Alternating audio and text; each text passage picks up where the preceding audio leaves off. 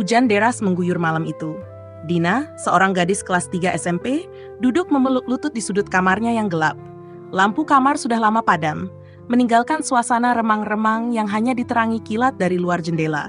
Rumah itu kini terasa sunyi, tak lagi hangat seperti dulu. Aroma masakan ibunya yang selalu menyambutnya sepulang sekolah, kini hanya kenangan. Dina menghapus air matanya dengan kasar, berusaha terlihat kuat meski tak ada yang melihat. Dalam hatinya ia memarahi dirinya sendiri. Kenapa aku menangis terus? Bukankah mama sama papa selalu bilang aku harus kuat? Tapi bagaimana caranya? Aku cuma anak kecil. Suaranya gemetar saat ia mulai berbicara kepada dirinya sendiri, seperti kebiasaan yang baru ia mulai sejak hari kecelakaan itu. Aku benci ini, benci semuanya, serunya lirih. Kenapa mereka meninggalkan aku? Kenapa bukan orang lain saja? Kenapa harus aku yang sendirian? Dina melirik ke arah foto keluarga yang tergeletak di lantai. Foto itu sedikit retak di bagian kacanya, tapi senyum cerah kedua orang tuanya masih terlihat jelas. Ia mengulurkan tangan dan menggenggamnya erat. Mama, Papa, kalian tahu nggak betapa aku butuh kalian sekarang? Siapa yang bakal bangunin aku pagi-pagi? Siapa yang bakal maksa aku makan kalau aku lagi nggak lapar? Siapa yang bakal kasih tahu aku kalau aku salah? Dina terisak. Aku nggak tahu caranya hidup sendiri. Aku takut. Kilat menyambar di luar jendela, disusul suara petir yang menggelegar. Dina tersentak, jantungnya berdebar keras. Ia membungkus tubuhnya dengan selimut, berharap rasa takut itu segera hilang. Namun ketakutannya bukan hanya pada gelap atau suara petir, melainkan pada masa depan. Keesokan paginya, Dina mencoba melawan kesedihannya. Ia duduk di meja makan, yang kini lebih terasa seperti meja panjang tak bernyawa. Piring kosong di hadapannya mengingatkannya pada sarapan sederhana buatan ibunya yang selalu penuh cinta. Kali ini, ia hanya duduk dengan selembar roti basi dan segelas air putih. Ini nggak cukup buat bikin aku kenyang, tapi ya sudahlah. Dina mencoba tersenyum sendiri, tapi wajahnya kaku. Di luar, tetangganya Bu Siti mengetuk pintu. Dina membuka pintu dengan lesu. Wanita parubaya itu membawa semangkuk sup ayam. Nak Dina, ini ibu bawain makanan buat kamu. Kamu makan ya, jangan sampai sakit, kata Bu Siti dengan nada lembut. Dina mengangguk kecil, menerima mangkuk itu dengan tangan gemetar. Terima kasih, Bu.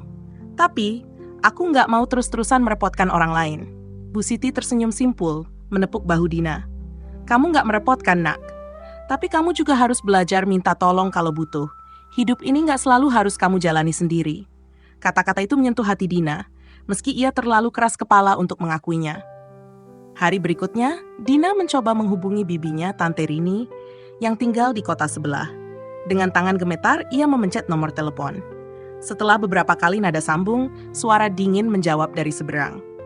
Halo, Tante Rini, ini Dina. Suaranya bergetar, mencoba terdengar kuat. Aku cuma mau bilang, kalau aku sekarang sendirian, Tante. Aku nggak tahu harus gimana.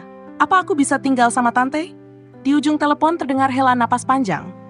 Dina, Tante paham situasimu sulit, tapi Tante juga punya keluarga yang harus diurus. Tante nggak bisa bantu lebih dari ini. Kamu harus belajar mandiri, sayang. Dina tercekat, hatinya seperti dihujam pisau. Ia menutup telepon tanpa berkata apa-apa lagi. Setelah itu ia berteriak kesal, melempar ponsel ke atas kasur. Kenapa mereka semua kayak nggak peduli? Bukannya keluarga itu harusnya saling bantu? Apa aku ini beban buat semua orang? Dina mendengus marah, matanya kembali panas. Namun amarah itu tak bertahan lama. Dina memeluk dirinya sendiri, berbisik di tengah tangisnya, "Nggak apa-apa, Dina. Kamu kuat. Kamu pasti bisa. Meskipun aku nggak tahu bagaimana caranya."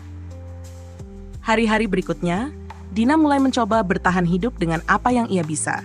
Ia mulai berjualan kue keliling di lingkungan sekitar. Dina membuat sendiri kuenya, meski sederhana. Ia membawa baki kecil di tangannya, mengetuk setiap pintu rumah. "Bu, beli kue, Bu. 1.000 saja," katanya dengan suara kecil. Beberapa orang membelinya, sementara yang lain menolak. Suatu siang, hujan turun deras saat Dina baru setengah jalan menjajakan kuenya. Bajunya basah kuyup, tapi ia tetap berjalan di tengah hujan, menggigil.